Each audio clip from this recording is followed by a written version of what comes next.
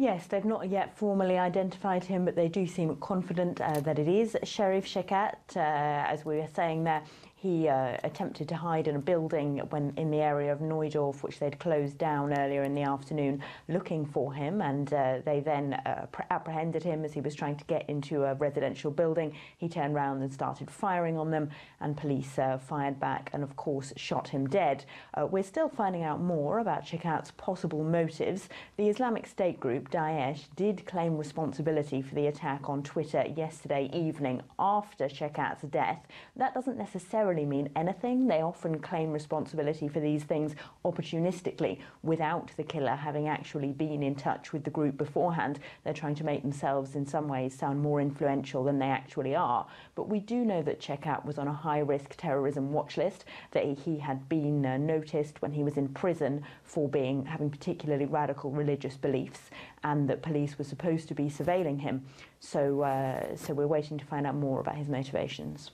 And Elena, as we know, he was on the run for days after years as well on that watch list that you talked about. I mean, does this case, in a sense, show the shortcomings of French police?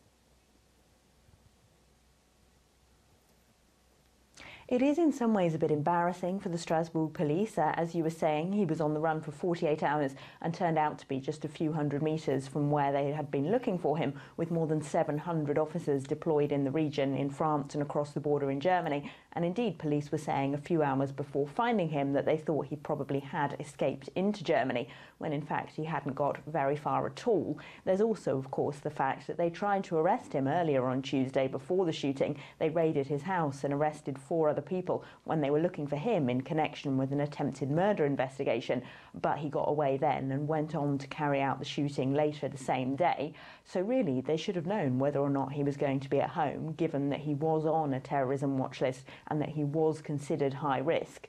In the defence of the French police, of course, they have more than 20,000 people on different terrorism watch lists. But as I say, Shekat had been singled out in the past for particular surveillance, and so the fact that he was able to carry this attack out is slightly embarrassing for Strasbourg police.